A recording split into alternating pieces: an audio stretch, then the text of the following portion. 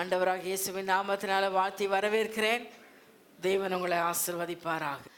இந்த மாதத்தின் வாக்குத்தத்தம் 2 நாளாகமத்தின் புஸ்தகம் 15ஆம் அதிகாரம் 7ஆம் வசனம். நீங்களோ உங்கள் கைகளை நெகிழ விடாமல் திடன் கொள்ளுங்கள். உங்கள் கிரியைகளுக்கு பலன் உண்டு. அல்லேலூயா. இப்பவே உங்களுக்கு புரிஞ்சிருக்கும் அந்த மாசம் எப்படி இருக்க போகுதுன்றது. அல்லேலூயா, அல்லேலூயா. நீங்க உங்க கையை நெகிழ விடாதீங்க. திடன் கொள்ளுங்கள் என்றால் பயப்படாம இருங்க, தைரியமா இருங்க. நீங்கள் அப்படி இருக்கும் பொழுது அதற்குரிய பலனை நீங்கள் அடைவீர்கள் என்று ஆண்டவர் சொல்லுகிறார். அப்படின்னா இந்த மாதம் எப்படி இருக்கும்? பயப்படக்கூடிய சூழ்நிலைகள் வரும், நம் தளர்ந்து போக வேண்டிய சூழ்நிலைகள் வரும். தளர்ந்து போக வைக்கக்கூடிய ஆட்கள் நம்மளை சந்திக்க வாலண்டரியாக வருவாங்க. ஆனால் அந்த இடத்துலலாம் நம்ம எப்படி இருக்கணும்? திடன் கொண்டு தைரியமாக இருக்கணும், தளர்ந்து போகவே கூடாது. அல்லேலூயா. அருமையான தேவஜனமே, மோசே இஸ்ரவேல் ஜனங்கள் அவர்கள் கானான் தேசத்தை சுதந்திரிக்க போகும்பொழுது அநேகர் அவரிடத்துல யுத்தத்துக்கு வந்தாங்க. அவர்கள் அந்த இடத்துலேருந்து விரட்டி விட வேண்டும் என்று சொல்லி இவங்க வந்ததே கானான் தேசத்தை சுதந்திரிக்க தான். ஆனால் அங்கே இருக்கிற கூட்டத்தார் இவங்களை என்ன பண்ணலை, அங்கே இருக்கக்கூடாது என்பது போல விரட்ட வேணும்னு சொல்லி யுத்தத்துக்கு வந்தாங்க. யுத்தம் வரும் பொழுது மோசே சொன்னார், நான் என் 2 கரங்களையும் உயர்த்தி நான் நிற்க போகிறேன். அவர் உயர்த்தி நின்ன பொழுதெல்லாம் என்ன நடந்துச்சு? சத்தமாக சொல்லுங்க. யாருக்கு ஜெயம் வந்துச்சு? இஸ்ரவேல் ஜனங்களுக்கு ஜெயம் உண்டாயிற்று. அவர் கைகள் தளர்ந்த போதெல்லாம் கையை உயர்த்தினீங்கன்னா வெற்றி, கையை தோய போட்டிங்கன்னா என்ன பண்ணுறது? தளர்ந்த முழங்கால்களை, தள்ளாடுகிற முழங்கால்களையும் பலப்படுத்துங்கன்னு ஆண்டவர் சொல்றார். உங்கள் முழங்கால்களும் உயர்த்தப்பட்ட உங்கள் கரங்களும் தான் உங்களுக்கு வெற்றியும் ஜெயத்தையும் ஆசீர்வாதத்தையும் கொடுக்க போகுது. அல்லேலூயா, அல்லேலூயா சொல்லுங்க. இன்னைக்கு அதில் உறுதியாக இருங்க தெய்வச்சனம். அதற்கேற்ற இந்த பகுதியில் என்ன நிலையில் இஸ்ரவேல் ஜனங்கள் இருந்தார்கள் அதை குறித்து தான் நம்ம இன்றைக்கு தியானிக்க போகிறோம். இந்த வசனம் சொல்லப்பட்டது, ஃபர்ஸ்ட் வசனத்தை நீங்கள் வாசித்தீங்கன்னா 15:1, தேவனுடைய ஆவி ஓதேத்தின் குமாரனாகிய அசரியாவின் மேல் இறங்கினதினால். அப்ப இந்த வார்த்தை யாரால சொல்லப்பட்டது? தேவ ஆவியால் சொல்லப்பட்ட வார்த்தை, தேவ ஆவியானவர் கொடுத்த வாக்குத்தத்தம். இந்த வார்த்தையை தேவ ஜனங்களுக்கு கத்த சொல்லும் பொழுது அவருடைய நிலை என்ன அப்படின்னு நீங்க பாத்தீங்கன்னா 3ஆம் வசனத்தை வாசிங்க. இஸ்ரவேலிலே அநேக நாளாய் மெய்யான தேவனும் இல்லை, உபதேசிக்கிற ஆசாரியனும் இல்லை, வேதமும் இல்லை. இதுல அப்படி போட்டுட்டு இருக்காங்க. ஆக்சுவலா இதோட விளக்கம் என்ன அப்படின்னா, இஸ்ரவேலிலே மெய்யான தேவனை ஆராதிக்கல. அப்படின்னா என்ன அர்த்தம்? இந்த பகுதியை நீங்கள் அப்படியே பெருமை வீட்டில் வாசித்து பார்த்தீங்கன்னா பயங்கரமாக விக்கிரக ஆராதனை செய்கிறாங்க. இவங்க அப்பப்போ அடிமைப்பட்டு போயிட்டு வந்தாங்கல்ல, போன இடத்துல இருந்தெல்லாம் அங்கே என்ன தெய்வத்தை கும்பிட்டாங்களோ அந்த தெய்வத்தெல்லாம் கொண்டு வந்து இஸ்ரவேலில் தெய்வமாக்கிட்டாங்க. ஸோ இஸ்ரவேல் ஜனங்கள், யூதா ஜனங்கள் அநேக விக்கிரகங்களை ஆராதிக்கிறவர்களாக இருந்தாங்க. நீங்கள் இந்த ஆசா ராஜா, இந்த சம்பவம் நடக்கிற சூழ்நிலை பார்த்தீங்கன்னா யூதாவிலே ஆசா ராஜாவாய் அவர் ஆண்டு கொண்டிருக்கிற இந்த சூழ்நிலையா இருந்துச்சு. அப்ப 16ஆம் வசனம் வாசித்து பாருங்க.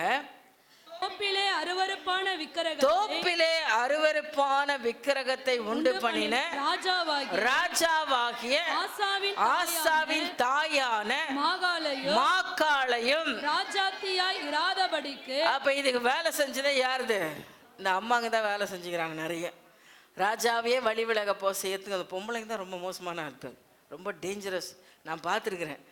ஒரு குடும்பத்தில் பெண்கள் அந்த விக்கிரகத்தில் ரொம்ப ஊறி போனவங்களா இருந்தால் அந்த குடும்பத்தை வெளியே கொண்டு வரது ரொம்ப கஷ்டம். அவங்க ரசிக்கப்பட்டாங்கன்னா அவங்க சந்ததியே ரசிக்கப்பட்டுரும். அவங்கள வெளியே கொண்டு வந்துட்டோம் அப்படின்னா ஈஸியாக அந்த குடும்பத்தை ரட்சிக்க பண்ணலாம். ஆனால் கணவன்மார் ரட்சிக்கப்பட்டிருந்தாலும் கூட மனைவிமார் ரட்சிக்கப்படாத குடும்பத்தில் அசைக்கவே முடியாது, ஒரு துரும்ப கூட அசைக்க முடியாது. அவ்வளோ ஸ்ட்ராங்காக இருப்பாங்க. அதனால தான் ஆண்டவர் நம்மளை பெருங்கூட்டமாக இங்கே நிற்க வச்சிருக்கிறேன்னு நினைக்கிறேன். அல்லேலூயா. நீங்கள் அவருக்கு தேவை. அல்லேலூயா. உங்களை அசைச்சிட்டு அவங்க சந்ததியே அசைச்சிட முடியும்னு அவருக்கு தெரியும். அதனால தான் உங்களை அதிகமாக பிடிச்சிட்டு வந்துட்டு இருக்காரு. அல்லேலூயா. அருமையான தெய்வ ஜனமே, இங்க இந்த மாக்காள் விக்கிரகங்களை கொண்டு வந்து இஸ்ரவேல் ஜனங்களை ஆராதிக்க வைத்தாங்க. ஆகையினாலே தன் தாயாக இருந்தாலும் கூட ஆசா ராஜா அவங்களை என்னவா இல்லாம தள்ளிட்டான்னு சொல்லப்பட்டிருக்கு. ராஜாத்தியா இராதபடிக்கு அந்த அம்மாவை டவுன் பண்ணிட்டார், இறக்கி வச்சிட்டார். நீ இங்க இருக்கிறதுக்கே உனக்கு தகுதி இல்லை, நீ இறங்குன்ட்ட. ஏன்னா ராஜாத்தியா இருக்கிறவரில் அவங்களுக்கு அதிகாரம் இருக்கும். அவங்க சொல்றத மக்கள் கட்டாயமா கீழ்ப்படிந்தாக வேண்டும் என்ற நிலை இருக்கும். அப்ப ராஜாத்தி என்ற ஸ்தானத்தையே கீழே இறக்கி விட்டதுனால இப்ப மக்கள் அவங்கள மதிக்க வேண்டிய அவசியம் இல்லாம போயிடுச்சு. தப்பிவிக்கும்படியா ஆசா இந்த காரியத்தை செய்த. அப்படி என்று சொன்னால் இஸ்ரவேலின் ஜனத்தின் நிலைமையை நீங்கள் புரிந்து கொள்ள வேண்டும். அவர்கள் விக்கிரக ஆவிக்கு அதிகமாய் அடிமைப்பட்டு கிடந்தார்கள். ஆனா அவங்க அந்த ஆசா ராஜா அந்த அவருடைய ஆட்சிக்கு வந்த பொழுது, ஆசா யாருன்னு முதல்ல சொல்லிடுறேன். சாலமோனுடைய பேரன், ரெகேபியாமுடைய மகன், சாலமோனுடைய பேரன். இப்போ சாலமோனுடைய வாழ்க்கையிலே விக்கிரகம் உள்ள வந்துச்சு, அது உங்க எல்லாருக்கும் தெரியும் இல்லையா? அப்போயா தேவ ஜனமே சாலமோனுக்கு அப்புறம் அவனுடைய ராஜ்யத்தை 2 ஆண்டவர் பிரிச்சாரு. 12 கோத்திரத்தை சாலமோனுடைய வேலைக்காரனாகி எரேபியாம் கிட்ட கொடுத்துட்டாரு. 2 கோத்திரத்தை தான் இங்க சாலமோனுடைய சந்ததிகளை கொடுத்தாரு. அதுல வந்ததான் இந்த ஆசா ராஜா. ஆனா இந்த ஆசா ராஜா தான் தகப்பனுடைய காலங்களை தாத்தாவும் தப்பு பண்ணியிருக்காரு. அதுக்கடுத்தது எரேபியா மகா மோசமானவன். அவன் எல்லா அக்கிரமும் செஞ்சான். சாலமோனாவது வேற விக்கிரகத்தை தான் உள்ள கொண்டு வந்தாரு. இவன் பண்ணாத அட்டுழியுமே இல்லை. அப்போ அவ்வளோ மோசமானவன். ஆனா அவருக்கு அப்புறம் வந்த பேர பிள்ளை ஆசா ராஜா அவ்வளோ நல்ல பிள்ளையா இருக்கும். அவ்வளோ கர்த்தருக்கு பயந்தவன், அவ்வளோ கர்த்தருக்குள்ள வைராக்கியம், அவ்வளோ தேவனுக்கு பயந்த ஒரு மனுஷனாக காணப்படுகிறார். ஆகையினால் அவன் வந்து ஆட்சியில் உட்கார்ந்த நாள்லேருந்து 10 வருஷம் ரொம்ப அமெரிக்கையாக போயிடுது. 14ஆம் அதிகாரம் 1ஆம் வசனத்தில் இதெல்லாம் சொல்லப்பட்டிருக்கு. 7ஆம் வசனத்தை வாசிங்க. 7 நோக்கி தேசம் நமக்கு முன்பாக இப்ப ஆசா சொல்ற தேசம் ரொம்ப அமைதியா இருக்கு, யுத்தமே இல்ல, ரொம்ப மகிழ்ச்சியா போயிட்டு இருக்கு, நல்ல வியாபாரம் நடக்குது, மக்கள் எல்லாம் ஜாலியா இருக்கிறாங்க, சந்தோஷமா இருக்கிறாங்க. அந்த சூழ்நிலையில ஆசா ராஜா யூத மக்களை பார்த்து சொல்றாரு, நமக்கு முன்பாக அமர்ந்திருக்கிறது, நாம் இந்த பட்டணங்களை கட்டி அவைகளுக்கு அலங்கங்கள், கோபுரங்கள், வாசல்கள் உண்டு பண்ணி தாழ்பால் போட்டு பலப்படுத்துவோமாக. நம்முடைய தேவனாகிய கர்த்தரை தேடினோம், நம்முடைய தேவனாகிய கர்த்தரை தேடினோம், தேடின போது சுற்றிலும் நமக்கு இளைப்பாறுதலை கட்டளையிட்டார். இப்ப இளைப்பாறுதல் வந்துச்சு, கர்த்தரை தேடினாங்க, இளைப்பாறுதல் வந்துச்சு, ரொம்ப ஜாலியா போயிட்டு இருக்கு லைஃப். ஜாலியா போற காலத்துல தான் 15ஆம் அதிகாரத்துல வந்து இந்த அசரியா தீர்க்கதரிசி எழும்பி தேவ ஆவியினால் நிரம்பி இந்த வார்த்தைகளை பேசுகிறார். 2ஆம் வசனத்தை வாசிங்க.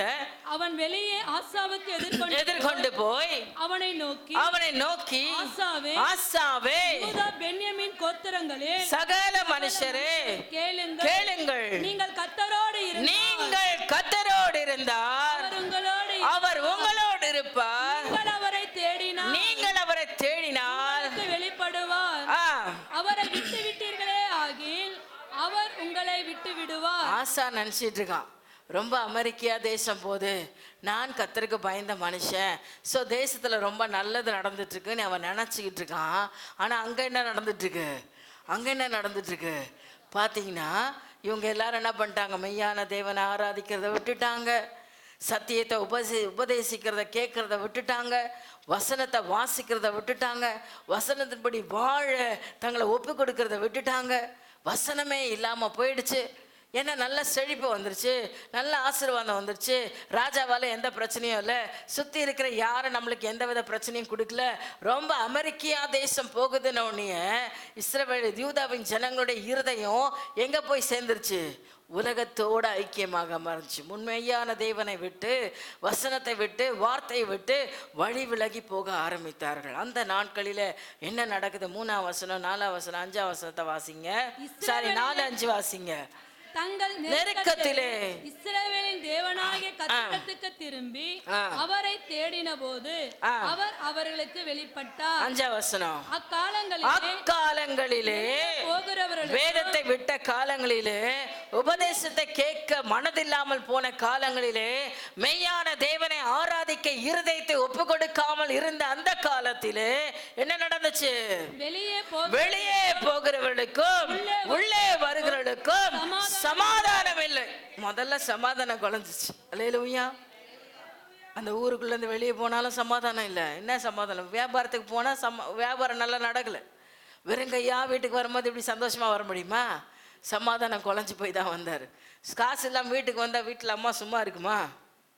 சம்பாதிக்காமல் வீட்டில் வந்தால் சும்மா விடுவோமா? என்னென்ன பண்ணுவோம்? உங்களுக்கும் எனக்கும் தெரியும் என்னென்ன பண்ணுவோம். அல்லேலூயா. பணம் இல்லாமல் வீட்டுக்கு வர ஆள என்னென்ன பண்ணுவோம்? குடும்பத்தில் சந்தோஷம் இருக்குமா? சமாதானம் இருக்குமா? பிள்ளைங்க மதிக்குமா? பிள்ளை மதிக்கலன்னா அப்பா 4 சாத்துவார். அங்கே வீட்டில் ஒரே கலவரம் தான். அம்மா பிள்ளைங்களுக்கு சப்போர்ட் பண்ண போவோம், அதுக்கு 4 அடி விழும். அவ்வளோதான் பிரச்சனை, கலவரம் ஸ்டார்ட் ஆகிடும். அல்லேலூயா, அல்லேலூயா. இதெல்லாம் நடந்துச்சு. அப்போ பார்த்தீங்கன்னா ஒவ்வொரு குடும்பங்களிலும் சமாதானம் இல்லை. போகிற வருகிற யாருக்குள்ளேயும் சமாதானம் இல்லாத ஒரு நிலை. எந்த விதத்திலையும் அவங்களுக்கு ஆசீர்வாதம் இல்லை. தேசங்களின் குடிகள் எல்லோருக்குள்ளும் மகா அமளி. அமளினாவே ஒரு ஆர்ப்பாட்டம் தான். மகாமலி உண்டாச்சான். எங்க இப்போ வெளியே அசிரி ராஜாவோ பாம்பியோல் ராஜாவோ வந்து இவங்களுக்கு எந்த கஷ்டமும் கொடுக்கல. இவங்களே இவங்களுக்கு கஷ்டம் கொடுத்துக்கிறாங்க. இவனுக்கு விரோதமாக அவன் பேசுறது, அவனுக்கு விரோதமாக இவங்க பேசுறது, இந்த வீட்டை பற்றி அங்கே போய் எதனா குறை சொல்கிறது, வம்புக்கு போய் சண்டை இழுக்கிறது. கர்த்தர் இல்லைன்னா இதெல்லாம் நடக்கும். அல்லேலூயா. கர்த்தர் இல்லைன்னா வீணா நாமளே போய் என்ன பண்ணுவோம்? வாலண்டரியாக பக்கத்து வீட்டார சண்டைக்கு எத்துன்னு வரும். அவங்க சும்மா தான் இருப்பாங்க. நம்ம வாய் சும்மா இல்லாமல் போகிற வழியில் ஒரு வார்த்தையை சொல்லிட்டு போவோம், அது ஏடா கூடமா அவங்க காதில் போய் விழும், வம்புக்கு வருவாங்க. அல்லேலூயா, அல்லேலூயா. எக்கச்சக்கமான பிரச்சனைகளை சந்திக்க வேண்டியதாக இருந்துச்சு. வீணான வார்த்தைகள், வீணான பார்வைகள், வீணான பேச்சு. பக்கத்து வீட்டை போகும்போது சும்மா அப்படி எட்டி பார்த்துட்டு போனால், நீ இன்னும் என் வீட்டை வந்து எட்டி பார்க்குறேன்னு வம்புக்கு வருவான். எட்டி பார்த்தா வருவாதானே செய்வான். ஆமாம் தானேங்க. அப்போ என்ன பண்ணக்கூடாது? எட்டி பார்க்கக்கூடாது. நம்ம பாட்டு போகணுமா, நம்ம பாட்டு வந்தோமான்னு இருக்கணும். அது ஏன் தலையை விட்டு அங்கே என்ன நடக்குது, இங்கே என்ன நடக்குது, அந்த வீட்டில் என்ன நடக்குது, என்ன பொருள் இருக்குது, அதை எட்டி பார்த்து என்ன ஆக போகுது உங்களுக்கு? இதெல்லாம் அன்றைக்கி மக்கள் செஞ்சாங்க. ஏன்னா கர்த்தர் அவங்க கூட இல்லை. கர்த்தர் அவங்களோட இல்லாதபடினால அடுத்தவங்க குறை பெருசாக தெரிஞ்சிச்சு. அவன் செய்கிற அக்கிரமெல்லாம் பெருசாக தெரிஞ்சிச்சு. அதை ஊரெல்லாம் பரப்பிட்டு வருது. ஸோ அவன் காதில் கேட்டால் என்ன நடக்கும்? கட்டை எடுத்துன்னு வந்து தான் அடிப்பான். என் பிரச்சனை உனக்கு என்ன, என் காரியத்தை நீ ஏன் பேசுகிற அப்படின்னு உத கொடுப்பான். இதெல்லாம் தான் அங்கே நடந்துச்சு. அப்படி நடந்துட்டு ஜாதிகளுக்கு ஜாதியை ஜாதியும் பட்டணத்தை பட்டணமும் நொறுக்கினது. தேவன் அவர்களை சகலவித இடுக்கத்தினாலும் கலங்க பண்ணினார். அல்லேலூயா. அன்னைக்கு அந்த மக்களுடைய நிலை என்ன என்பதை நீங்க புரிந்து கொள்ளணும். அங்க குடும்பங்களுக்குள்ளே சமாதானம் இல்லை, உறவுகளுக்குள்ளே மகிழ்ச்சி இல்லை, வியாபாரத்துல விருத்தி இல்லை, ஆசீர்வாதம் பெருக்கம் இல்லை. பட்டணமும் அடிச்சுக்குது. ஜாதி சண்டை, சமுதாய சண்டை, எதுக்கு எடுத்தாலும் போராட்டம். இதெல்லாம் யாருக்கு தெரில? ராஜாவுக்கு தெரில. அவர் ஜாலியாக இருக்கிறார். அவர் நல்லா ஜெபம் பண்ணிட்டு அவர் பக்தியாக அவர் குடும்பத்தை நல்லா தான் நடத்துகிறார். அவர் நினச்சிக்கிட்டார் நம்ம நல்லா ஜெபம் பண்ணுறோம், நம்ம நல்லா பக்தியாக இருக்கிறோம், ஸோ மக்களெல்லாம் நல்லா தான் இருக்கிறோம். ஆனால் இப்போ செய்தி உள்ளே போகுது. அசரியா மூலமாக இந்த விஷயம் ராஜாவுடைய காதுக்கு போகுது. அப்போ சொல்கிறார், இந்த வார்த்தையை கேட்டவனே கலங்கி போகிறார். ஐயோ, என் ஜனங்களுக்குள்ள இவ்வளோ பிரச்சனைகள் இருக்கா, இவ்வளோ போராட்டங்கள் இருக்கான்னு உணரும் பொழுது ஆண்டவர் என்னை பார்த்து பேசுகிறாரு. உங்கள் கைகளை நெகிழ விடாமல் திடன் கொள்ளுங்கள், உங்கள் கிரியைகளுக்கு பலன் உண்டு அப்படின்னு அசரியா பேசுகிறார். அதை கேட்ட உடனே தான் ராஜாவுக்கு என்ன வருது? அந்த 8ஆம் வசனத்தை வாசிங்க. ஆசா இந்த வார்த்தைகளையும் தீர்க்கதரிசியாகிய ஓதேதின் தீர்க்க தரிசனத்தையும் கேட்டபோது அவன் திடன் கொண்டான். அவன் தைரியம் கொள்ளுகிறான். ஸோ எப்படி பிரச்சனை எவ்வளோ இருந்தாலும் பரவாயில்ல, குடும்பத்தில் எவ்வளோ போராட்டங்கள் இருந்தாலும் பரவாயில்ல, தேசத்தில் எவ்வளோ அமளி இருந்தாலும் பரவாயில்ல, ஜாதி சண்டை, அந்த சண்டை, இந்த சண்டை, எது இருந்தாலும் பரவாயில்ல, கீழே மேலே மக்கள், மேல்தட்டு மக்கள், கீழ்த்தட்டு மக்களுக்குள்ள பிரச்சனைகள் எதுவாக இருந்தாலும் பரவாயில்ல. இப்போ என்ன பண்ணணும்? எல்லாரையும் ஒருங்கிணைக்க அவன் தைரியம் கொண்டான். குடும்பம் பிரிஞ்சு கிடக்குதுன்னு வச்சுங்களேன், அந்த இடத்துல போய் நம்ம இருக்கிறது ரொம்ப கஷ்டம் இல்லையா? நம்ம குடும்பங்களுக்குள்ளேயே நம்ம பார்ப்போம், அண்ணன் தம்பி பிரிஞ்சிருக்கிறாங்க, அக்கா தங்கச்சி பிரிஞ்சிருக்கிறாங்கன்னா அந்த ஒரு ஃபங்க்ஷனுக்கு போய் பாருங்களேன் எப்படி இருக்கும். ஒன்று ஒரு மூலையில் நிற்கும். நம்ம அங்கே யார்கிட்ட பேசுறது இல்லை. இவங்ககிட்ட பேசினா அது கோச்சிக்கும், அதுக்கிட்ட பேசினா இது கோச்சிக்கும். என்ன பண்ணுறது? நம்ம நடுவில் போனாலே நம்ம தலையை பிச்சுட்டு வருவோம். அல்லேலூயா. அதுக்கு பயந்துனே இன்னத்துக்கு இந்த ஃபங்க்ஷன் நம்ம போகவே வேணாம், எவனாவது எப்படியாவது அடிச்சிட்டு போட்டோம் அப்படின்னு சைலண்ட்டாக நின்றுவோம். இன்றைக்கி ஆசாவோட ராஜா அந்த நிலைமை அதுதான் ஆயிடுச்சு. என்ன பண்ணுறதுன்னு தெரியல, தேசத்தை எப்படி சீர்படுத்துறதுன்னு தெரியல, எப்படி ஒழுங்குபடுத்துறதுன்னு தெரியல, பயந்து போயிருக்கிறான். அப்போ தான் ஆவியான பேசுகிற, நீ திடன் கொள், நீ தைரியமாக எழும்பு, நீ தைரியமாக செயல்படுன்னு சொல்லிட்டு முதல்ல அவன் தைரியம் பெற்ற உடனே வார்த்தையை கேட்டு நீ என்னென்ன கிரியை செய்கிறியோ அதுக்குரிய பலன் உனக்கு வரும்னு சொல்லிட்டு என்ன செய்யணும்னு சொல்லி கொடுக்கல. அவர் நீ என்ன செய்றியோ அதுக்குரிய பலன் உனக்கு வரும்னு சொல்லிட்டார். இப்போ ஆசா யோசிக்கிறான், இப்போ நான் என்ன செஞ்சால் என் தேசத்தில் அமெரிக்கா உண்டாகும், எனக்கு செழிப்பு உண்டாகும், என் தேசம் சந்தோஷமாக வாழும், என் மக்கள் நல்லா இருப்பாங்கன்னு இப்போ யோசித்து கர்த்தருக்குள்ளே தைரியம் கொண்டு இப்போ ஒரு காரியத்தை செய்கிறேன். எல்லாம் பிரிஞ்சு கிடக்குறாங்க, பட்டணம் பிரிஞ்சு கிடக்குது, வீடா பிரிஞ்சு கிடக்குது, ஒருத்தருக்குள்ள ஒருத்தர் ஐக்கியம் இல்லை. பயங்கர விக்கிரகாவி இருக்கிறது, இதெல்லாம் நடக்கும், வேசித்தனம் நடக்கும், பொல்லாத சண்டைகள், எரிச்சல்கள், கோபங்கள், பிரிவினைகள், இதெல்லாம் விக்கிரகாவி இருக்கிற இடத்துல என்ன பண்ணும் இருக்கும். அப்போ நம்ம வீட்டில் என்ன பண்ணக்கூடாது, இதெல்லாம் இருக்கக்கூடாது. அது இருக்குதுன்னா என்ன இருக்குதுன்னு அர்த்தம், சண்டை இருக்குது, எரிச்சல் இருக்குது, விரோதம் இருக்குது, பிரிவினை இருக்குது, வேசித்தனம் இருக்குது, கெட்ட பழக்க வழக்கங்கள் இருக்குது, வேதனை தருகிற வார்த்தைகள். ஒரு சிலர்லாம் வாயை திறந்தாலே அப்படியே நோக பண்ணிடுவாங்க, ஒரே நிமிஷத்தில் நம்மளை அப்சென்ட் ஆக்கிடுவாங்க. அந்த மாதிரி ஆட்கள் எல்லாம் இருக்கிறாங்க. அந்த மாதிரி காரியம்லாம் நம்ம குடும்பத்தில் இருக்குது அப்படின்னா அங்கே என்ன இருக்குன்னு அர்த்தம், ஏதோ ஒரு விக்கிரக ஆவி அங்கே வாழ்ந்து கொண்டு இருக்கு, செயல்பட்டு கொண்டு. சர்பத்தின் ஆவி இருக்கிற இடத்துல சமாதானமே இருக்காது, பிரிவினை தான் இருக்கும், எல்லாத்தையும் பிரித்து விட்டுரும். குடும்பத்தில் ஐக்கியப்பட விடாது, பிள்ளைகள் தாய் தகப்பனோட ஐக்கியப்பட முடியாது, கணவன் மனைவிக்குள்ள ஐக்கியம் இருக்காது, சகோதரிகளுக்குள்ள ஐக்கியம் இருக்காது. இதெல்லாம் நீங்கள் புரிஞ்சுக்கோங்க. ஆவிகளை பகுத்தறிகிற ஞானம் தேவ பிள்ளைகளுக்கு வேணும். தெய்வ ஜனமே, கர்த்தருடைய ஆவியான நம்மோட இருந்தால் தான் அந்த ஆவிகளை பகுத்தறிகிற அபிஷேகத்துக்குள்ள ஆண்டவர் நம்மை நடத்துவார். அல்லேலூயா. அதை பகிர்ந்து கொள்ளணும். சத்ருவின் ஆவி எங்கெல்லாம் எப்படியெல்லாம் கிரியேட் செய்கிறான், எந்தெந்த வார்த்தையில் கிரியேட் செய்கிறான், இதை கற்று தெரிந்தால்தான் நாம் அவனை ஜெயிக்க முடியும். இல்லைனா ஈஸியாக அவனுக்கு அடிமைப்பட்டு போயிடுவோம். இப்போ இந்த காரியத்தை கேட்டவுடன் அவன் தைரியம் கொண்டு முதல் செய்த காரியமே, நீங்கள் அந்த தொடர்ந்து வாசிங்க.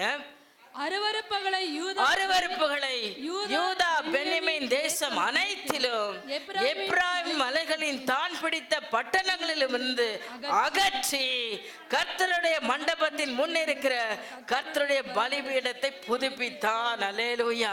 இந்த பலிபீடத்தை புதுப்பித்தல் ஏதோ அங்க இருக்கிற கல்லெல்லாம் சேர்த்து வச்சு ஒரு பலிபீடத்தை கட்டிட்டான். பலிபீடம் எதுக்கு கட்டுவாங்க, எதுக்குங்க கட்டிடுவாங்க, பலியிடுறதுக்கு இல்லையா? அப்போ பலிபீடத்தை கட்டி பலியிட்டுட்டா பிரச்சனை தீந்துரும் அப்படின்னு நம்ம நினச்சிட்டு தான் நிறைய மக்கள் அதை பண்ணிட்டு இருக்காங்க இல்லையா? பன்னியை வெட்டுறது, ஆடை வெட்டுறது, மாடை வெட்டுறது, கோழியை வெட்டுறது. அன்னைக்கு நம்ம மக்கள் அதை செஞ்சது தான் இன்னைக்கு ஒரு கூட்டம் பண்ணிட்டு இருக்கு. ஆனால் தேவஜனமே, அந்த பலியினாலே சமாதானம் உண்டாவதில்லை. அருமையான தேவஜனமே, இந்த இடத்துல இந்த சூழ்நிலையில தான் ஆசா ராஜா தள்ளப்படுகிறான். பலியிடும்படியாய் ஒன்று கூட்டுகிறான்னு நீங்க அந்த வசனத்தை வாசிங்க. அதே 2 நாளாகமத்தின் புஸ்தகம் 11ஆம் அதிகாரம் 16ஆம் வசனத்தை வாசிங்க. 11, 16. இந்த லேவியரின் பிறகாலே இஸ்ரவேலின் கோத்திரங்களில் எல்லாம் இஸ்ரவேலின் தேவனாகிய கர்த்தரை தேடுகிறதற்கு தங்கள் இருதயத்தை நேராக்கினவர்கள் தங்கள் பிதாக்களின் தேவனாகிய கர்த்தருக்கு பலியிடும்படிக்கு எருசலேமுக்கு வந்தார்கள். அல்லேலூயா. இங்கேயும் பலியிடும்படியா எருசலேமுக்கு வருகிறார்கள். ஆனா அவங்க செய்த என்ன காரியம் பாருங்க. பலியிடுறது அங்க முக்கியமான காரியம் அல்ல, எப்படி வரணுமா பலியிடுவதற்கு. இன்னைக்கு இதை தாங்க நம்ம செய்ய போறோம். இந்த மாசம் நம்முடைய இருதயம் எல்லாம் கர்த்தருக்கு நேராக்கணும். கர்த்தரை தேடுவதற்கு நம்ம என்ன பண்ணணும், எங்கெங்கேயோ அலைஞ்சு திரிஞ்சிட்டு இருந்த நம்ம இருதயத்தை, எதன் மேலேயோ ஓடிக்கிட்டு இருந்த நம்முடைய இருதயத்தை, எங்கேயோ பார்த்துக்கிட்டு இருந்த நம்முடைய இருதயத்தை எங்க திருப்பணும், கர்த்தர் பக்கம் திருப்பணும். கர்த்தர் பக்கம் திருப்பணும். ஏன்னா அந்த இருதயம் தான் மகா கேடுள்ளதும் இருதயம் என்ன நீங்க நினச்சிக்காது. நடுவில் இங்கே ஒரு லேப்டாப்னு அச்சின்னு கிடக்குதுல்ல, அது இருதயம் இல்லை. இருதயம் என்பது என்ன, நம்முடைய சிந்தனை, நம்முடைய எண்ணங்கள், நம்முடைய உணர்வுகள். அல்லேலூயா சொல்லுங்க. அதுல கெடான சிந்தனை இருந்துச்சான். அங்க நீங்க வாசிங்க, எபேசியர் புஸ்தகம் 4ஆம் அதிகாரம் 18ஆம் வசனம். அவர்கள் புத்தியில் அந்தகாரப்பட்டு தங்கள் இருதய கடினத்தினால். முதல்ல புத்தியில அந்தகாரம், ரெண்டாவது என்ன வந்துச்சு, இருதய கடினம். புத்தியில அந்தகாரம் வந்தாவே என்ன வந்துரும், இருதயம் கடினமாயிரும். நீ என்னதான் சொல்லு, மாறவே மாறாது. நான் இப்போ மாறிடுறேங்க, நான் இதை விட்டுறேங்க, நான் இதை செய்ய மாட்டேங்கன்னு சொல்லிட்டு போவாங்க. சாயங்காலம் வரும்போது மேட்ரோட தான் வருவாங்க. சரி, நான் இதை பண்ணவே மாட்டேன் அப்படின்னு போன ஆள் ரகசியமாக வேலை பார்த்துட்டு இருக்கோம் அந்த வேலையை. அல்லேலூயா. இதை நான் செய்யவே மாட்டேன், உன் மேலே சத்தியம், பைபிள் மேலே கூட சத்தியம், ஆனால் அது பார்த்தா ரகசியமாக வேலை பார்த்துட்டு இருக்கோம். அல்லேலூயா. இது ஏன் தெரியுமா, உங்கள் இருதயத்தின் கடினம். கர்த்தர்கிட்ட முழு இருதயமா ஒப்பு கொடுக்க முடியாதபடிக்கு இருதயமானது எப்படி ஆயிடுது? வேதம் சொல்லுது, எங்களுக்கு மாம்சமான இருதயத்தை தாரும், உங்களுடைய வார்த்தை உள்வாங்கி கொள்ளும்படியா எங்களுக்கு மாம்சமான இருதயத்தை தார ஆண்டவரேன்னு கேட்டாங்க இஸ்ரவேல் ஜனங்க. இன்னைக்கு இந்த இடத்துல இவங்க இருதயம் எப்படி ஆயிருக்கு? கடினப்பட்டுருச்சு. கேட்குறாங்க சத்தியம், ஆனா ஒண்ணுக்கு கூட கீழ்ப்படிய மனதில்லாதபடிக்கு இருதயத்தை என்ன பண்ணி கொள்றாங்க? கடினமாக்கி கொள்ளுதல். இந்த கடினமா இருக்கிற இருதயம் இப்ப என்ன பண்ணணும்? உடைக்கப்படணும், உடைக்கப்படணும். நொறுங்குண்ட இருதயத்தின் ஜெபத்தை ஆண்டவர் கேட்கிறார். நொறுங்க போல அப்படின்னா உங்க ஜெபம் தேவ சமூகத்துல எட்டாது. அதை புரிந்து கொள்ளுங்க. உங்க இருதயம் நொறுங்கணும், உங்க ஆவி நொறுங்கணும், உங்க ஆத்துமா தேவனுடைய பாதத்துல கண்ணீர் விடும்படியா நொறுங்கணும். உடைக்கப்பட்ட பாத்திரம் தான் ஆண்டவருக்கு தேவை. நீங்க உடஞ்சி எல்லாம் என்கிட்ட இருக்கு, நான் தான் பெஸ்ட்ன்னு சொல்லிக்கிறால ஒண்ணுமே பண்ண முடியாது. நான் ஒண்ணுமே இல்லைன்ற ஆண்டவர் தான் கொண்டு போய் என்ன பண்ணுவாரு? உலகத்தின் பைத்தியங்களை தான் தேவன் கொண்டு போய் ஞானிகளை வெட்கப்படுத்தபடியா நிறுத்துறாரு. அல்லேலூயா. இன்னைக்கு நீங்க உடைஞ்சு போய் ஆண்டோடைய பாதத்துல ஒப்பு கொடுத்தீங்க அப்படின்னா ஆண்டவர் உங்களை உருவாக்கிடுவார், புது பாத்திரமா உருவாக்கிடுவார். புதுசா இன்னைக்கு நிறைய கண்டுபிடிச்சிருக்காங்க. வேஸ்டான பொருட்கள்லாம் வச்சு இன்னைக்கு அழகழகான பொருட்களை உருவாக்குறாங்க, தெரியுமா உங்களுக்கு? உடஞ்சி போன வீணான பொருட்களை கொண்டு போய் அழகழகான மாளிகைகள்ல பயங்கர காஸ்ட்லியான பொருட்களை, ஆச்சரியமா இருக்கும், நீங்க நினைக்கவே முடியாது. சாதாரண ஒரு பைண்டிங் கம்பியை வச்சு அதை அழகா அதை வளைச்சி வளைச்சி வளைச்சி வச்சு வச்சிருக்கிறாங்க. அதை நாங்கள் போய் கேட்டோம், நல்லா பெயிண்ட் தச்சு வச்சிருக்காங்க. அது என்னன்னு எனக்கு கிட்ட போன அப்புறம் தான் தெரியுது. பார்த்தா அது 5000 சாதாரண ஒரு பைண்டிங் கம்பி தான். அதை அழகா பண்ணி அதை அழகா பூவை போல வணைஞ்சு வச்சு 5000 ரூபான்னு வைக்கிறாங்க. அல்லேலூயா. அப்போ உடைக்கப்பட்ட ஒன்றுத்துக்கும் உதவாத பொருட்களை தேவன் கொண்டு போய் விலையேற பெற்றுதான் மாற்றுகிறார் தெய்வ ஜனமே. அல்லேலூயா. இன்னைக்கு நம்முடைய இருதயம் கர்த்தர் பக்கமா திரும்புமானால் உங்களுடைய நிலை என்னவா இருக்கும்? இந்த மாசத்துல பல விதமான பிரச்சனை, போராட்டம், இக்கட்டு வரத்தான் போகுது. ஆனால் அந்த இக்கட்டின் மத்தியில கர்த்தர் பக்கம் உங்க இருதயம் திரும்பிச்சுன்னு வச்சுக்கோங்களேன், உங்களுக்கு எதிராளி எப்படிப்பட்ட ஆளா இருந்தாலும் சரி, எவனா இருந்தாலும் சரி, பெரிய ராஜாவா நிக்கட்டும், அவன் அதிகாரத்துல பெரிய ஆளா இருக்கட்டும், பணக்காரனா இருக்கட்டும், சர்வாதிகாரியா இருக்கட்டும், போலீஸ்காரங்களா இருக்கட்டும், கோர்ட்லயே ஜட்ஜா இருக்கட்டும், அல்லேலூயா, யாரா இருந்தாலும் உங்களுக்கு எனக்கு முன்னால விசுவாசிக்கிறீங்களா? விசுவாசிக்கிறீங்களா ஐயா? விசுவாசிக்கிறீங்களா? யாரா இருந்தாலும் உங்களுக்கு எனக்கு முன்னால நிற்க முடியாது. ஏன்னா அவனுக்குள் இருப்பவரை காட்டிலும் எனக்குள் இருக்கிறவர் பெரியவர். இதை அறியும்படிக்கு உங்க சிந்தை அவர் பக்கம் திரும்பணும், அவர் பக்கம் திரும்பணும். இன்னைக்கு அழகா ஆராதனையில சொன்னாங்க, கர்த்தரின் வலது பட்சத்துல இருக்கிறபடியினால் ஒன்றுக்கு அசைக்கப்படுவதில்லை. டாக்டர்ஸ் நம்மளை பயமுறுத்த 1000 காரணம் சொல்லுவான், இது போயிடுச்சு, அது போயிடுச்சு, இப்படி ஆயிடுச்சு, அப்படி ஆயிடுச்சு, நீ சரிப்பட முடியாது, அவ்வளோதான் உன் காரியம் முடிஞ்சிச்சு. ஆனால் ஆண்டவர் பக்கம் உங்க கண்ணு திரும்பிடுச்சுன்னு வச்சுக்கோங்க, அவர் சொல்லுவார், எது போனால் என்ன, நான் புதுசாக ஆக்கிடுவேன், பயப்படாத போ, எல்லாம் சரியாக்கிடுவேன் போ, எல்லாம் என் கரம் பட்டா எல்லாம் புதுசாக மாறிடும். அல்லேலூயா, அல்லேலூயா சொல்லுங்க. இன்னைக்கு கர்த்தர் பக்கம் திரும்பினா அதுதான் நடக்க போகுது. உங்க வாழ்க்கையில என் வாழ்க்கையில அது நடக்கும். அல்லேலூயா. அருமையான தேவஜனமே, 2வது அவன் செய்த காரியம் என்னவென்று நீங்க பார்க்கும் பொழுது 12ஆம் வசனம் வாசிங்க. தங்கள் பிதாக்களின் தேவனாகிய கர்த்தரை தங்கள் முழு இருதயத்தோடும் தங்கள் முழு ஆத்துமாவோடும் தேடுவோம். முழு ஆத்துமா நீங்க தேட வந்துட்டீங்க, ஓகே, நீங்க எல்லாரும் இங்க வந்திருக்கிறது அதுக்கு தான் இல்லையா? கர்த்தர்கிட்ட தேட வந்துச்சோம். ஆனால் நீங்க வந்ததுக்கு அப்புறம் உங்க இருதயம் எங்க இருக்கணுமா? முழுமையா கொடுக்கணும், ஃபுல் ஹார்ட்டட், முழுமையா நிறைவா கர்த்தரை மட்டும்தான் நம்பி இருக்கணும். அல்லேலூயா. எந்த மனுஷன் மேல உங்க இருதயம் பற்றுதலா இருக்கக்கூடாது, எந்த பொருள் மேலே உங்களுக்கு பற்றுதலா இருக்கக்கூடாது, எந்த நம்பிக்கையும் உங்க வாழ்க்கையில வேறு காரியங்கள் மேல இருக்கக்கூடாது. முழுக்க முழுக்க முழுக்க முழுக்க கர்த்தரே, கர்த்தர் ஒருவரே, கர்த்தரை தவிர வேறொரு தேவன் இல்லை. அல்லேலூயா சொல்லுங்க. கர்த்தரை தன் முழு இருதயத்தோட, இயேசு கிறிஸ்து சொல்லியிருக்காங்க, உங்க முழு ஆத்மாவோட, உங்க முழு பலத்தோட, உங்களோட முழு இருதயத்தோட கர்த்தரை அன்பு கூறுங்கள். அல்லேலூயா. அவர் ஏன் இந்த முழுமை? வேற எதுவுமே உங்ககிட்ட கேட்கல. உங்க பொண்ணு பணம் அவசியமே கிடையாது, நீங்க படையல் போட வேண்டாம், உங்க காணிக்கைகள் அவருக்கு வேண்டாம், அதுக்குன்னு காணிக்கை போடாமல் போயிட போதீங்க, எல்லாம் காணிக்கை போட்டு போங்கன்னா. அப்போ எதுவுமே அவசியம் இல்லை. உங்க பொண்ணு அவருக்கு அவசியம் இல்லை, வெள்ளியும் பொண்ணும் அவருடையது, எல்லாம் அவருக்குடையது. ஆனா ஆண்டவர் சொல்றாரு, உங்க இருதயத்தை மட்டும் எனக்கு என்ன பண்ண, முழுசா எல்லாத்தையும், இந்த உலகத்தை அவர் சொல்ற எல்லாத்தையும் படைச்சு எல்லாத்தையும் ஆதாம் ஏவாள் கையில கொடுத்து உங்களுக்கு சரண்டர் பண்ணிட்டார். இயேசு கிறிஸ்து மூலமா இந்த உலகமே உங்களுக்கு சரண்டர் ஆயிடுச்சு. அல்லேலூயா சொல்லுங்க. எல்லாத்தையும் உங்கள் கையில் கொடுத்துட்டார். ஆனால் நீ மட்டும் எனக்கு என்னத்தை கொடு, என்னத்தை கொடு, இந்த உலகத்தை நீ அனுபவிச்சுக்கோ, இந்த உலகத்தில் இருக்கிற எல்லாத்தையும் நீ ஆண்டுக்கோ, எல்லாம் உனக்கு எல்லாத்தையும் ஆண்டுக்கோ, ஆனால் நீ மட்டும் என்ன பண்ணு, உன் இருதயத்தை எனக்கு கொடுன்னு ஆண்டவர் கேட்குறாரு. அல்லேலூயா. ஆசா ராஜா அதை செய்தான். அவன் கர்த்தரால வெகுமதிகளை பெறுவதற்கு, தன் ஜனங்கள் சிறப்பாய் வாழ்வதற்கு இந்த காரியத்தை செய்யும்படி ஜனங்களை எல்லாம் ஒன்று கூட்டி எல்லாம் முழு இருதயத்தோட கர்த்தரை தேடுங்க சொன்னா. 13 வசனத்தை வாசிங்க. சிறியோர் பெரியோர் ஸ்திரீ, சிறியோரும் பெரியோரும் ஸ்திரீ புருஷர் எல்லாரிலும் இஸ்ரவேலின் தேவனாகிய கர்த்தரை, இஸ்ரவேலின் தேவனாகிய கர்த்தரை தேடாதவன் எவனோ அவன் கொலை செய்யப்பட வேண்டும். ஐயோ, இப்படி ஒரு சட்டம் நம்ம தேசத்துல போட்டா எப்படி இருக்கும் பாத்துக்கோங்க. முதல்ல இங்க நம்மளே எத்தனை பேர் இருப்போம் தெரியல.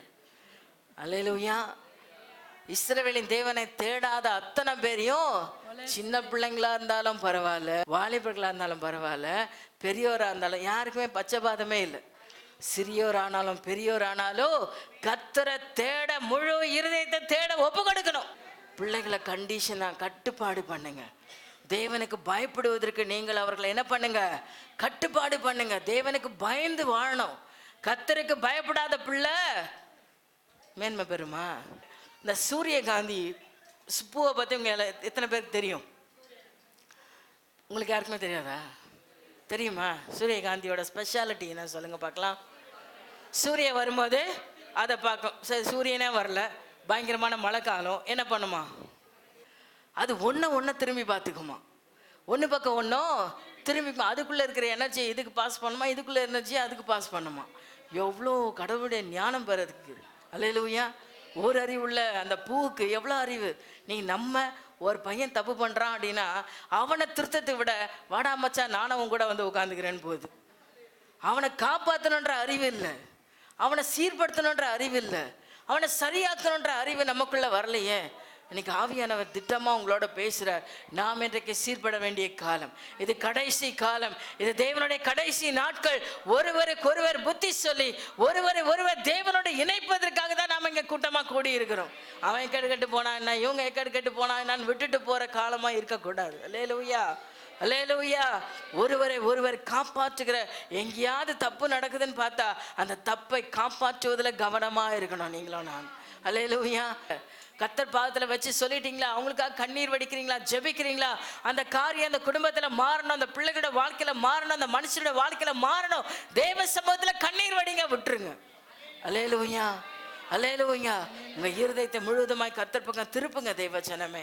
அங்க நீங்க பாத்தீங்கன்னா 16 வசனத்துல நம்ம திரும்ப சொன்ன மாக்காளை ராஜாத்தியா இராதபடிக்கு சொந்த தாயானாலும் கர்த்தருக்கு விரோதமா செஞ்சு அந்த மனுஷன் என்ன பண்ணிட்டாரு, கீழே தள்ளிட்டார்.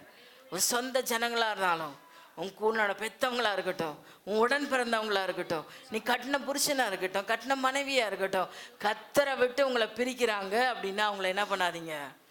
விசுவாசிக்கும் அவிசுவாசிக்கும் சம்பந்தமே இல்லை, அது ஜாயிண்ட் ஆகவே முடியாது. அல்லேலூயா. கர்த்தரை விட்டு பிரிக்கிற எதுவானாலும் நீங்க பிரிந்துருங்க. அதுக்கு ஒரு குடும்பத்தையே விட்டு துரத்திடுங்க, இல்லை நீங்க பிரிஞ்சு வந்துருங்கலாம் நான் சொல்லி கொடுக்கல. ஆனா நீங்க அந்த இடத்துல ஒரு வைராக்கியம் எடுக்கணும்.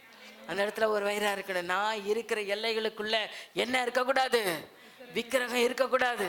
நான் இருக்கிற எல்லைக்குள்ள பாவம் இருக்கக்கூடாது. நான் இருக்கிற எல்லைக்குள்ள அநியாயம் நடக்கக்கூடாது. அல்லேலூயா. அதுல வைராக்கியமா எழும்பணும் தேவச்சனமே.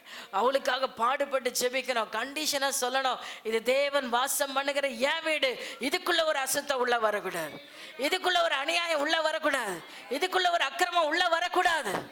அதுல நீங்க தான் வைராக்கியமா இருக்கணும். அன்பா சொல்லுங்க, கர்த்தருடைய ஜெபத்துல சொல்லுங்க, கர்த்தரோட ஜெபிச்சு சொல்லுங்க, கர்த்தருடைய வார்த்தையை சொல்லுங்க. அவங்க கேட்டு மனம் திரும்புற வரையில சொல்லுங்க. இதுதான் ரொம்ப முக்கியம். அல்லேலூயா. இந்த நெகிழ விடாதிருத்தல் அப்படின்றதுல 3 ஆங்கில எக்ஸ்பிளனேஷன் என்ன அதுக்கு அர்த்தங்கள் கொடுக்குறாங்க அப்படின்னா, பேஷன்சி, வெயிட்டிங், சோர்வடையாதிருத்தல். அப்போ இந்த கடவுளோடு சேர்த்து வைக்கிற காரியத்துல நம்ம என்ன பண்ணக்கூடாது, சோரவே கூடாது. இது நம்மளால முடியாது போலகுது, எப்படியும் பண்ணின்னு போட்டோம் அப்படின்னு என்ன பண்ணக்கூடாது, சான்ஸே கொடுக்கூடாது. அது நம்ம லைனுக்கு வர வரலாம் விட்டவே கூடாது. அடி மேலே அடி அடிச்சுட்டே இருக்கணும், சொல்லிக்கிட்டே இருக்கணும், செயல்பட்டுக்கிட்டே இருக்கணும், அன்பா வார்த்தைகளை அவங்களுக்கு கொடுத்துட்டே இருக்கணும், கர்த்தருடைய வார்த்தையை சொல்லிக்கிட்டே இருக்கணும். அது நடக்க மட்டும் பொறுமையா காத்திருக்கணும். இருந்து அந்த மனிதனுடைய மனமாற்றம் உண்டாகும் வரையிலோ நீங்கள் போராடி கொண்டே இருக்கணும், காத்திருந்து கொண்டே இருக்கணும், தேவ பாதத்துல காத்திருக்கணும். மனுஷன் மனம் மாறணும், அவங்க சிந்தை மாறணும். ஆண்டவரே, என் மனைவியை மாத்த, என் கணவனை மாத்த, என் பிள்ளைகளை மாத்த, என் பெற்றோரை மாத்த, என் உடன் பிறந்தவளை மாற்றம் சொல்லி போராடிக்கிட்டே இருக்கணும் அவனுடைய சமூகத்துல. அல்லேலூயா, அல்லேலூயா சொல்லுங்க.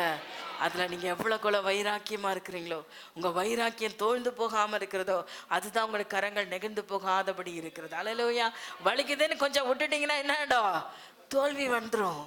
வலிக்குதுன்னு கொஞ்சம் இறக்கிட்டீங்கன்னா உங்க ஜனங்க செத்துக்கிட்டே இருப்பாங்க.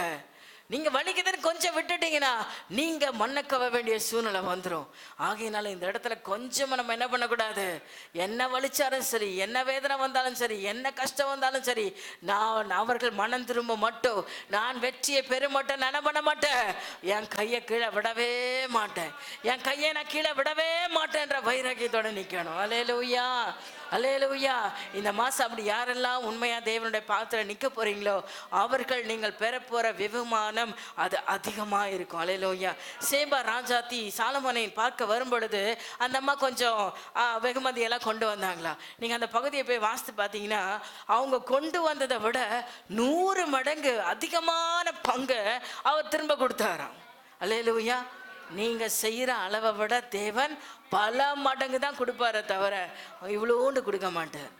உங்க இந்த கிரியைகளுக்கு தக்க பலன்னா நீங்க வேலை செஞ்சா அதுக்குரிய பலன். ஆனா ஆண்டவர் கொடுக்கறது எப்படி தெரியுமா? வெகுமதி. அது அளவிடவே முடியாது. அது சின்ன பொருளாக இருந்தாலும் பயங்கர காஸ்ட்லியாக இருக்கும், அது விலை மதிப்பற்றதாக இருக்கும். அல்லேலூயா. நான் உங்களுக்கு சொல்கிறேன், சாரிபாத் விதவையோட வாழ்க்கையில் நீங்கள் பார்த்தீங்க அப்படின்னா ஆண்டவர் வந்து சொல்கிறார் அந்த இடத்துலப்பா, அந்த எலியா வந்து கேட்குறேன், எனக்கு கொஞ்சோண்டு ஒரு மாவு முதல்ல ஒரு அடதை கொண்டு வந்து கொடுமாடுன்னு சொல்லிட்டு, இந்த அம்மா அந்த வார்த்தையை கேட்டு அந்த மாவை பிசைஞ்சு முதல் அடையை எவ்வளோண்டு எடுத்து சுட்டாங்களோ தெரியாது.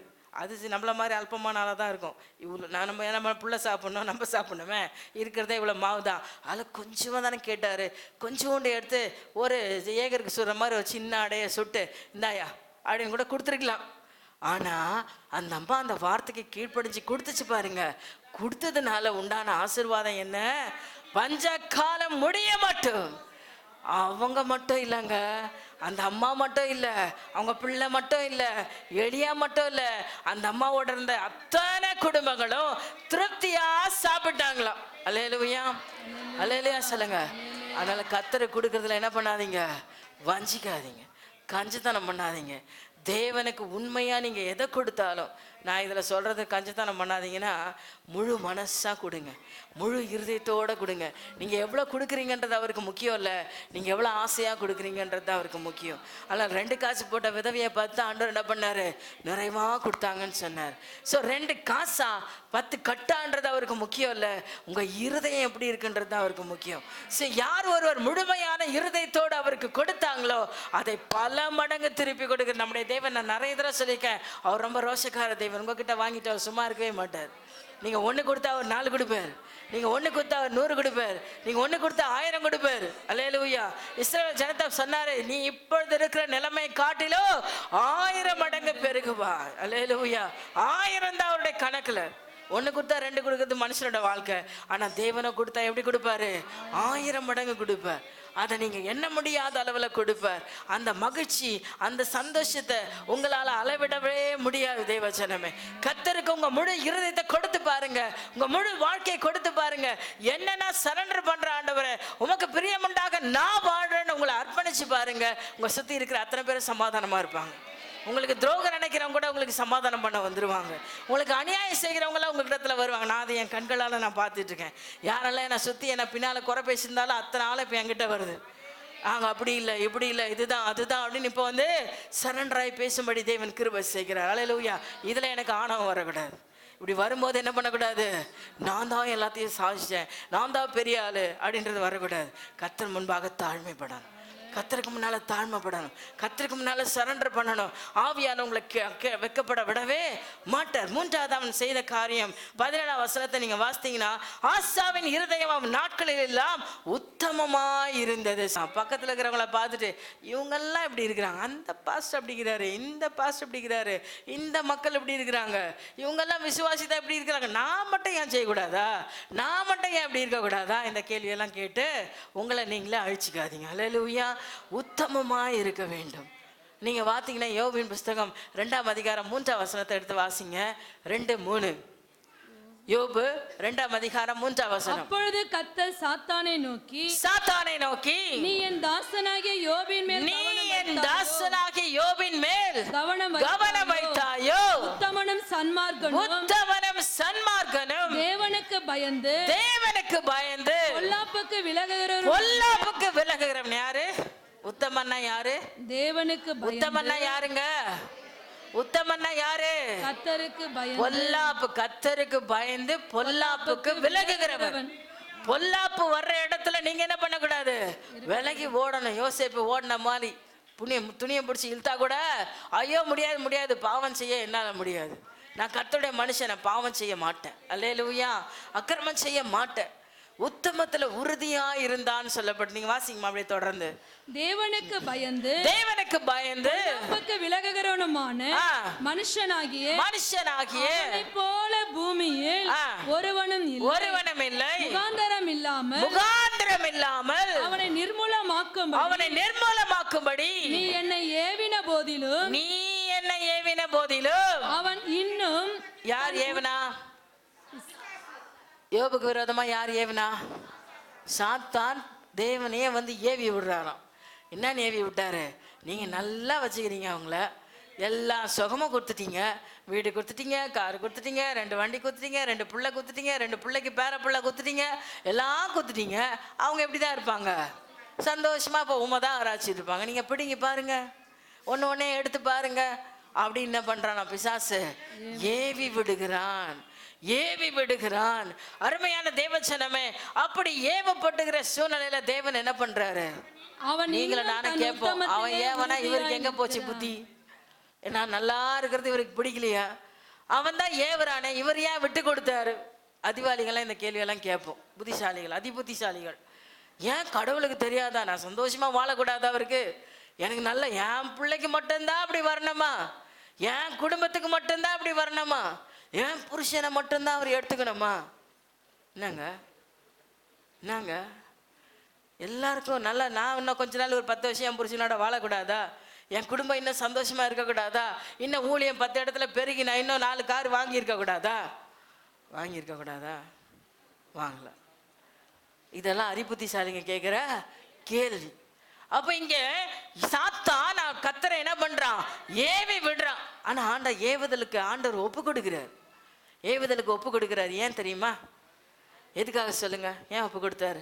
வேதம் சொல்லுது, மனுஷர் தாங்கக்கூடிய பாரத்தை தான் தேவன் அவங்க மேல சுமத்துவார். இப்ப சொல்லுங்க, நீங்க தாங்க கூடாத பாரத்தை சுமக்குறீங்களா? ஏசுவை போல யார் சிலுவை சுமந்தீங்க? சொல்லுங்க பார்க்கலாம். யாரால சொல்ல முடியுமாங்க? அவரை மாதிரி யாருமே இன்னும் நம்ம ஒரு பர்சன் கூட என்ன பண்ணல, பாட அனுபவிக்க இல்லை. சின்ன ஒரு விஷயம் கூட அவரை போல நமக்கு சகிக்கல. அவரை போல அவமானப்பட்டவங்க யாருமே இல்லை, அவரை போல வேதனைப்பட்டவங்க யாருமே இல்லை, அவரை போல தூஷிக்கப்பட்டவங்க யாருமே இல்லை, அவரை போல கேவலப்பட்டவங்க யாருமே கிடையாது. அல்லேலூயா சொல்லுங்க பார்க்கலாம்.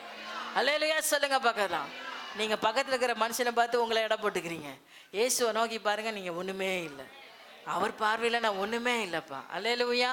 அருமையான தேவச்சனமே, 2வது காரியம், அப்ப மனுஷன் என்ன அளவு தாங்க முடியுமோ அதுதான் உங்களுக்கு, நீங்க என்ன தாங்குவீங்கன்னு அவருக்கு தெரியும். அந்த அளவு தான் கொடுத்துருக்கிறாரு. இந்த உபத்திரம் தப்பிக்கொள்ளவும் அவர் வழியை காமிச்சு வச்சிருக்காரு. உங்க எல்லாருக்கும் வழியை காட்டிருக்காரு. எந்த விதத்துல உபத்திரம் வந்தாலும் சரி, நீங்களா வர வச்சுக்கிட்டாலும் சரி, அதுவா வந்தாலும் சரி, பிசாசு ஏவி கொடுத்தாலும் சரி, ஒரு சிலர் நம்மளே வர வச்சுக்குவோம்.